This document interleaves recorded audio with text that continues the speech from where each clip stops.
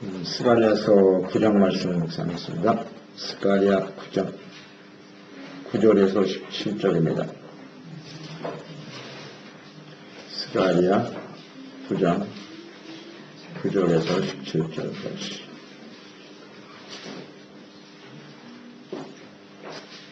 구장 9절부터 읽습니다. 시온에 따라 크게 기뻐할지어다. 예루살렘에 따라 즐거이 부를지어다. 보라, 내 왕이 내게 임하시나니 그는 공의로우시며 구원을 베푸시며 겸손하여서 나귀를 타시나니 나귀의 작은 것 곧 나귀 새끼니라. 내가 에브라임의 병거와 예루살렘의 말을 끊겠고 전쟁하는 활도 끊으리니 그가 이방 사람에게 화평을 전할 것이요 그의 통치는 바다에서 바다까지 이르고 유브라데 강에서 땅끝까지 이르리라. 또 너로 말할진대 내 언약의 피로 말미암아 내가 내 갇힌 자들을 물없는 구덩이에서 놓았나니 갇혀있으나 소망을 품은 자들아 너희는 요새로 돌아올지니라. 내가 오늘도 이르노라. 내가 네게 갑절이나 갚을 것이라. 내가 유다를 당긴 홀로 삼고 에브라임을 끼운 화살로 삼았으니 시온아, 내가 내 자식들을 일으켜 훌라 자식들을 치게 하여 너를 용사의 칼과 같게 하리라. 여호와께서 그들 위에 나타나서 그들의 화살을 번개같이 쏘아내실 것이며 주 여호와께서 너팔을 불게 하시려 남방 회오리 바람을 타고 가실 것이라. 만군의 여호와께서 그들을 호위하시리니 그들이 원수를 숨기며 물맷들을 밟을 것이며 그들이 피를 마시고 즐거이 부르기를 술 찬 것 같이 할 것인즉 피가 가득한 동이와 또 같고 피 묻은 죄단 모퉁이와도 될 것이다. 이날에 그들의 하나님 여호와께서 그들을 자기 백성의 양떼같이 구원하시리니 그들이 왕관의 보석같이 여호와의 땅에 빛나리로다. 그의 형통함과 그의 아름다움이 어찌 그리 큰지 곡식은 청년을 새 부러지는 자녀를 강건하게 하리라. 왕으로 오신 그리스도. 하나님께서 스가랴 선지자를 통해서 시온, 예루살렘, 이스라엘에 임할 구원을 예언하고 계신 분이다. 이스라엘이 어떻게 구원을 받게 될 것인가. 이는 억압과 고통을 해소하고 그날이 되면 모든 백성들이 기뻐하며 큰 소리로 노래를 부를 것이다. 이 구원을 이룰 자가 누구냐? 바벨론 포로 이후에 끊어졌던 이스라엘의 왕이요 메시아일 것이다. 이렇게 말씀하고 있죠. 그리스도가 이스라엘의 왕으로 오셔서 그 왕을 찬양하며 노래할 것이다. 기뻐하며 즐거워하며 찬양할 것이다. 이런 예언의 말씀을 하셨어요. 구원은 당연히 기쁨과 즐거움으로 나타나겠죠. 그래서 이스라엘 백성들이 오실 메시아를 되게 기다리는 겁니다. 바벨론 포로 이후에 예수님 오실 때까지 사모하고 기다리는 거죠. 주님께서 이렇게 약속하셨기 때문에 하나님의 다스림을 거부하고 이스라엘 백성들의 요구대로 세웠던 것이 이제 왕이잖아요. 원래 이스라엘은 하나님이 다스리시는 겁니다. 하나님이 왕이셔야 되는 사무엘 시대에 우리도 이방 나라들처럼 왕을 주세요. 그래서 세워진 왕이 사울이잖아요. 사울 왕으로 시작해서 유다의 마지막 시드기야 왕까지. 그 왕조는 결국 결론은 실패로 끝났죠. 왕이 다스리시는 나라는 실패했습니다. 바벨론 포로로 인해서 완전히 멸망당하고 예루살렘이 다시 회복되었죠. 그 회복된 이후에는 하나님이 세우신 왕이 없습니다. 왕이 없어요. 니헤미야를 묵상하면서 이스라엘 백성들이 예루살렘 회복되고 하나님의 성전과 성벽을 건축하면서 그들이 진정으로 하나님 앞에 의와 거룩한 하나님의 백성을 회복되는 걸 보았죠. 하나님을 예배하고 섬기는 예배가 회복되고 하나님 중심으로 하나님의 성전을 중심으로 하나님이 다스리시는 하나님의 나라가 될 것을 선포하고 있죠. 성전을 기뻐했다는 것은 하나님이 그곳에 임하여 계셔서 이스라엘을 다스려 주신다는 거거든요. 이 뜻을 깨달았어요. 만화 여왕이신 하나님 그 하나님을 찬양하며 섬기게 되었던 것이죠. 이게 진정한 부흥이란 말이에요. 하나님의 다스리시는 하나님의 나라의 회복. 그런데 예수님께서 오실 때까지 유대에 왕이 없었다. 이게 하나님의 다스림을 받는 나라가 되어져야 하는 것이죠. 하지만 그들은 얼마 지나지 않아서 니헤미야 당대에 벌써 부패하고 타락한 모습을 보였는데요. 그 이후에 계속해서 타락하게 되죠. 즉 하나님의 나라의 초점을 잃어버린 거예요. 하나님이 친히 다스리시는 하나님의 나라의 왕이신데 하나님의 왕으로 인정하지 않았다는 게 문제거든요. 그 500년의 역사, 예수님 오실 때까지 이거 어떻게 설명할 수 있느냐? 간단해요. 그들이 하나님을 왕으로 섬기지 않았다는 겁니다. 처음 시작은 하나님 중심으로 성전 중심으로 예배를 바르게 드리고 하나님이 말씀하시고 하나님 다스리는 대로 순종하겠습니다. 서명까지 했잖아요. 니헤미야 시대에 사인까지 했어요. 절대로 하나님만 섬기겠습니다 하고 맹세했는데 결국 하나님의 왕이 되심을 거부한 거죠. 그래서 왕이 없어요. 그러다가 이제 예수님이 오시는 거예요. 그리스도가 이 땅에 왕으로 오실 것이다. 오늘 뭐 말씀에 잘 나와 있죠. 왕으로 오신다 그랬습니다. 내 왕이 내게 임하시나니 그랬어요. 왕이 오신다는 거죠. 그 왕이 그리스도요 메시아거든요. 이스라엘을 이끌어줄 왕이다. 그러면 이 왕이라고 하는 의미를 잘 이해해야죠. 하나님 백성들. 우리는 성경을 통해서 보니까 이 왕의 개념을 알겠죠. 이 왕은 하나님의 다스리고 하나님의 왕이 되셔서 하나님의 나라를 세우실 것을 말씀하는 거예요. 정치적인 개념의 왕이 아니고, 왜냐하면 그건 이미 실패했잖아요. 사울 왕으로 시작해서 시드기야로 세워진 왕은 실패했다고요. 그래서 바벨론 포로로 들어가게 됐던 것이고 이스라엘이 회복되면서 이제는 하나님이 다스리시는 하나님 왕이 되시는 나라를 세우기를 주님께서 원하셨잖아요. 그런데 그것도 실패로 돌아가니까 문제는 왕이신 하나님의 친히 이스라엘을 다스려 주시는 하나님의 나라의 회복을 위해서 왕이신 그리스도가 오시는 거죠. 그러면 그 왕의 개념이 뭐겠습니까? 그 왕은 누가 되어야 되는 거예요? 사람이면 안 되는 거예요, 그게. 사람으로 세워진 왕은 실패했거든요. 그러니까 하나님이 보내신 왕은 사람이 아니에 하나님이셔야 된다고, 하나님이셔야 된다고. 여기서 이 왕의 개념은 인간을 얘기하는 게 아니에요. 그렇잖아요. 그 개념을 처음부터 그 전체를 이해해보세요, 성경을. 이 왕의 개념이 사울과 같은 왕을, 다윗과 같은 왕을 다시 세우시겠다는 의미입니까? 아니에요. 하나님이 직접 다스리시겠다는 겁니다. 그러면 예수님께서 그들은 참 이 부분을 이해를 못하는 거죠. 사람이 하나님으로서 우리를 다스리신다. 이해할 수 없는 일이죠. 그래서 하나님께서 예수 그리스도를 왕으로 그리스도로 보내실 때 그분이 사람이 아니라는 사실을 분명하게 보여주신 거예요. 동정녀 마리아 탄생. 또 예수님이 이 땅에 계시면서 행하셨던 모든 일들, 그분이 곧 하나님의 아들이요 하나님이라는 사실을 확실하게 보여주셨잖아요. 이 의미를 아시겠습니까? 이 왕의 개념을. 그런데 하나님의 백성들, 이스라엘 백성들이 이것을 이해를 못해요. 지금도 이해 못하고 있어요. 믿지 않아요. 예수님 당시에도 다윗과 같이 강력한 능력을 가진 왕만을 기다리고 있었다고요. 참 이해를 못해. 역사를 보면 교훈을 받아야 되는데 이게 눈에 이렇게 확실하게 보이는데 이게 깨달아지지 않습니까, 우리는? 그래서 예수님이 예루살렘에 나귀를 타고 입성하신 오늘 종료주일 아닙니까? 왕으로 이 땅에 오신 거예요. 그것을 모든 사람들에게 선포하는 겁니다.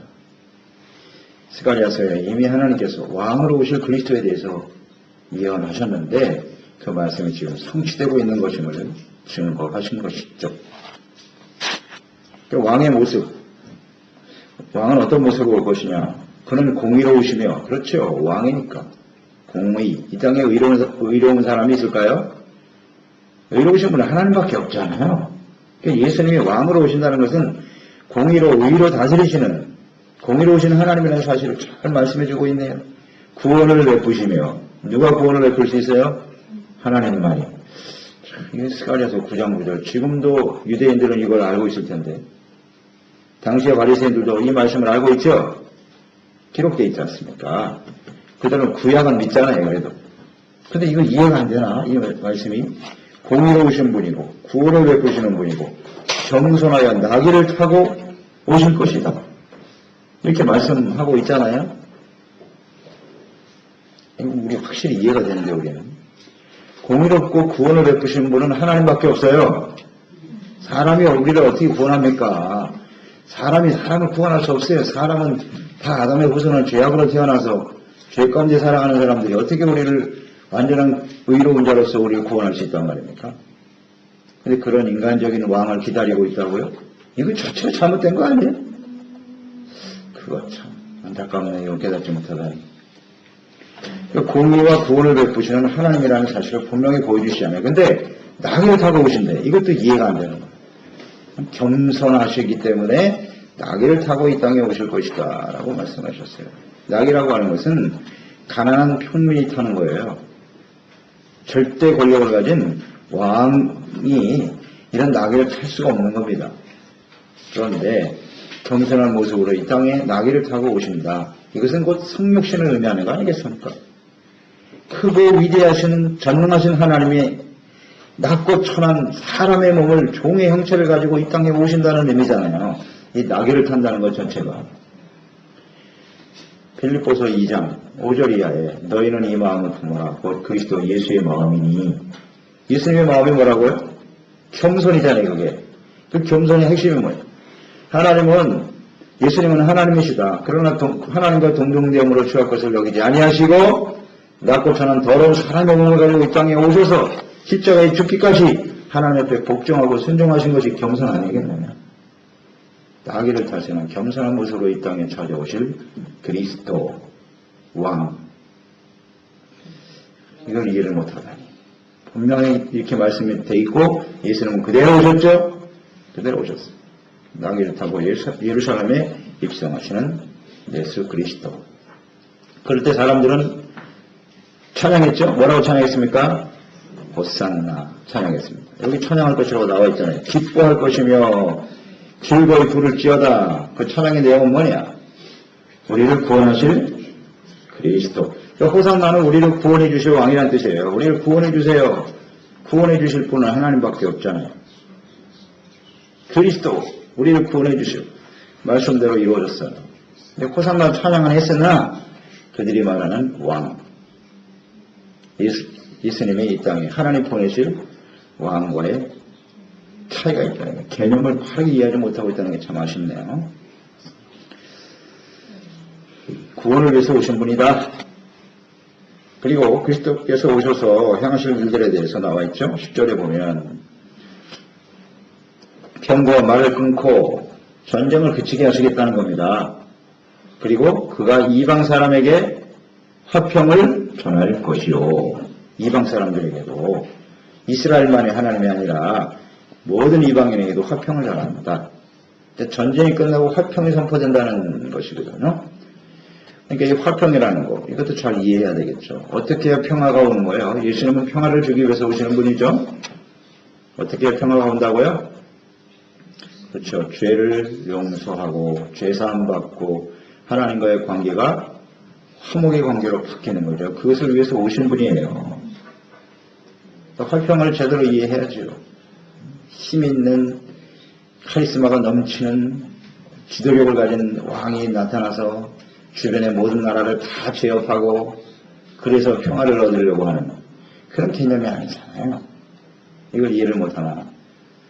죄가 사하여짐으로써 하나님과 화목되어지는 것이 화평의 시작입니다.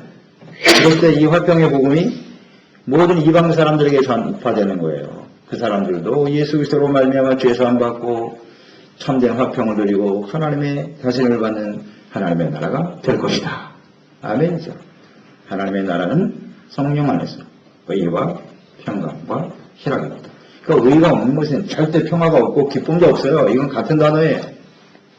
그러니까 예수님께서 이 의를 이루시기 위해서 자신의 몸을 십자가에 내어 주시는 거 아닙니까? 희생제물이 되심으로써 그게 왕으로 오실 그리스도의 모습이라고 이렇게 자세하게 나와 있는데 이걸 깨닫지 못하네요. 그 다음 통치는 어디까지라고요? 바다에서 바다까지 이르고 유보라데 강에서 땅 끝까지 이렇게 정확하게 말씀하셨네요. 하나님께서요.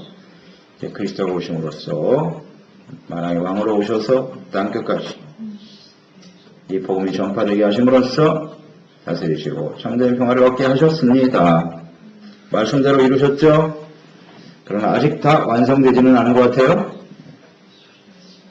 그러니까 예수님께서 오셔서 모든 민족을 다스리시는 하나님의 나라는 예수님이 이 땅에 오시는 초림으로 시작해서 재림을 통해서 완성되겠죠. 지금도 계속 진행형이에요. 계속 될 거예요. 하나님의 그 아들 예수는 보내신 뜻이 무엇인지 알겠죠? 죄를 깨닫고 회개하고 용서받아 하나님의 다스림을 받는 의의 거룩한 백성으로의 회복. 이런 하나님의 나라가 이 땅에 이루어지기를 원하시는 거죠. 그래서 예수님이 오는 거예요. 11절에 보세요.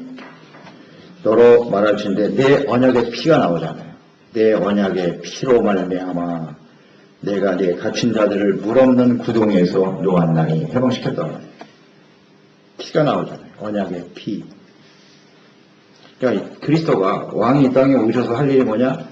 피 흘리시는 거예요. 이렇게 정확하게 고난을 예언하고 계시잖아요. 그러니까 이스라엘 백성들은 피의 의미를 잘 알고 있죠? 피. 그러니까 이스라엘 백성들에게 하나님이 세운 언약은 무슨 언약? 피의 언약이에요. 피의 언약이라는 뜻이 뭐예요? 피 흘림이 없으면 피의 사함이 없다는 거죠. 히브리서 9장 22절 율법을 따라 거의 모든 물건이 피로써 정결케 된다. 피 흘림이 없은즉 사함이 없느니라. 자, 이스라엘 백성들과 하나님의 언약의 백성들에게 가장 먼저 하신 약속이 뭐라 그랬죠? 백성들이 무엇을 하라 그랬어요? 할례죠. 할례의 의미는 뭐예요? 피를 흘린다는 겁니다. 그게 잘한다는 것은 거기서 피가 흐르는 거예요. 그게 할례의 언약은 피의 언약이라고요. 피를 흘려야 하나님이 죄를 사해 주시고 의의 백성으로 인정해 주시겠다는 뜻이에요.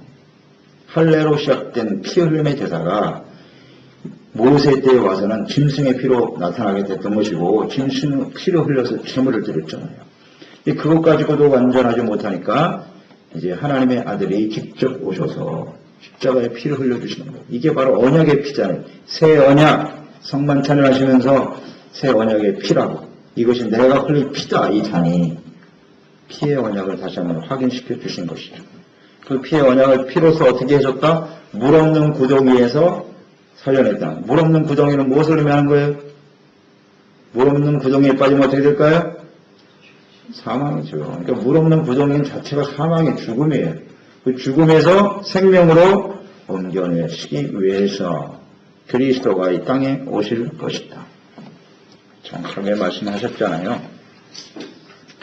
바벨론 포로에서 돌아오게 될 백성들, 첫 번째는 여기 이 말씀이 적용이 되는 거죠. 그래서 그리스도로 인해서 이제 주에서 완전히 해방, 바벨론 포로에서의 해방. 그렇죠. 물 없는 구덩이는 역사적으로 볼 때는 이 당시에 스가랴 선지자의 위치에 선포됐던 말씀에 의하면 바벨론에서 돌아오는 거겠죠. 바벨론에 있을 때 그들은 사망입니다. 소망이 없던 사람들이에요. 그런데 하나님이 회복시켰죠. 그리고 이것은 죄악으로 인해서 예수 그리스도로 말하면 죄악에서 자유케 하는 참된 생명을 주시는 말씀으로 우리는 이해할 수 있죠. 13절 15절에 보면 이제 그리스도가 강하게 하실 것을 말씀해 주고 있는데요. 오신 결과에 대한 내용이 쭉 나와 있어요. 유다와 이스라엘을 강하게 하실 것이다 라는 표현을 하셨죠. 유다를 당긴 활로 삼고 에브라임을 끼운 화살로 삼을 것이다. 그러니까 완전히 무너졌죠. 유다와 이스라엘은 부이세가 완전히 사라졌는데 하나님께서 다시 그들을 회복시켜 주셨어요. 칼과 같이 강하게 하실 것이며 거기에 헬라 자식들이 나오네요. 네 자식들을 일으켜 헬라 자식들을 치게 하며 여기 헬라가 왜 나오죠? 헬라라는 말이 여기 나오네요. 그러니까 당시의 상황을 이해해보면 이 다니엘서도 이미 예언이 되어 있는 말씀이죠. 이스라엘 백성들이 회복된 때 그때로부터 그때가 이제 BC 한 400년경이잖아요. 이때가. 그러면 이제 헬라 나라가 세워지는 것이 이제 300년 때거든요. 330년, 350년. 그때가 이제 헬라가 막 일어나는 시기란 말이에요. 그러면 이스라엘 백성들이 회복된 이후에 세상 나라를 다스릴 것이 헬라입니다.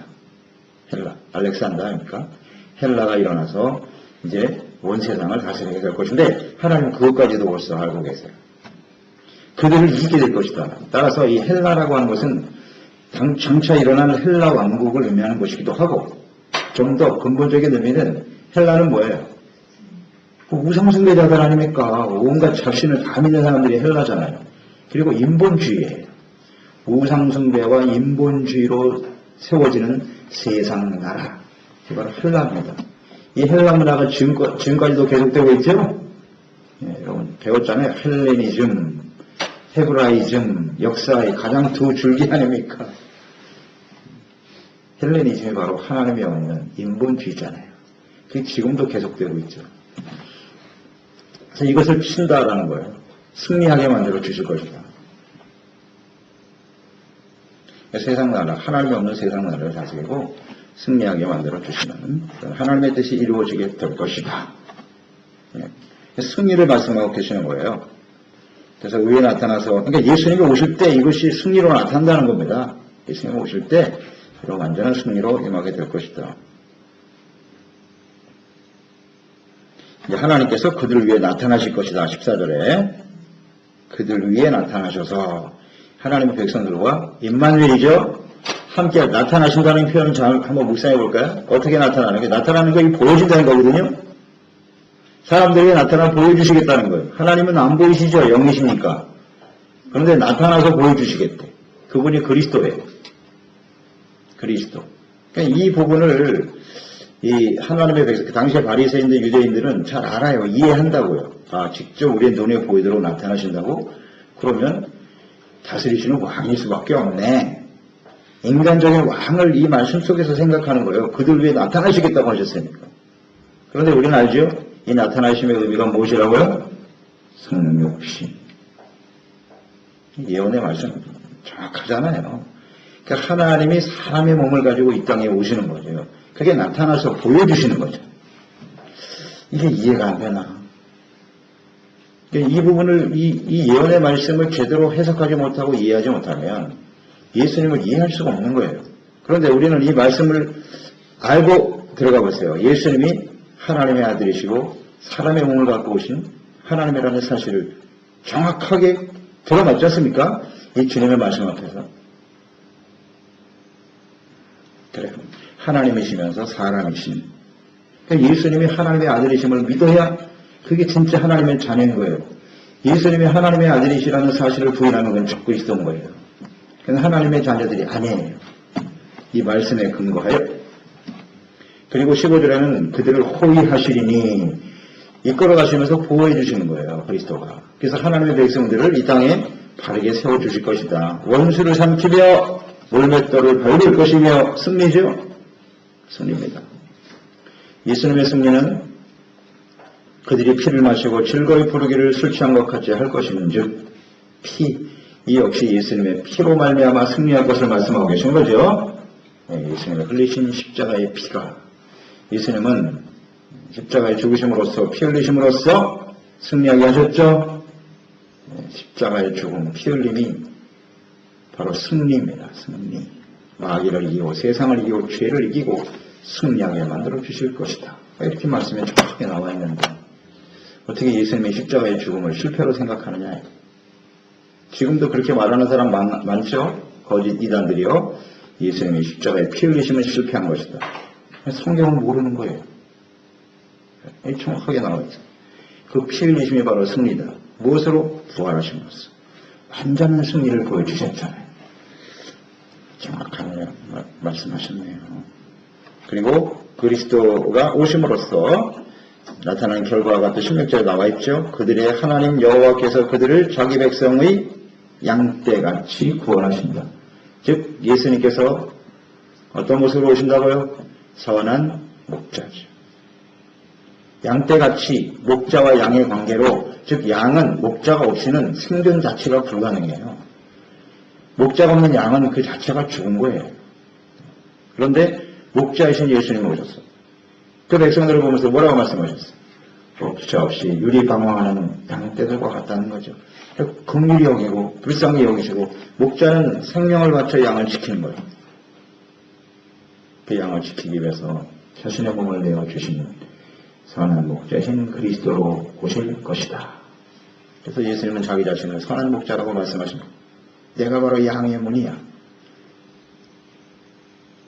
생명을 얻게 더 풍성히 얻게 하는 것이다. 양으로 생명을 얻게 되더 풍성히 얻게 하기 위해서 오신 분이라고 선포하고 계시죠. 이 말씀에 근거하여 그래서 구원을 베푸시기 위해서 오셨다. 구원을 계속한 겁니다. 그들의 왕관의 보석같이 그들이 여호와의 땅에서 빛나게 될 것이다. 하나님의 세우신 약속하신 하나님의 땅이죠. 가나안 땅.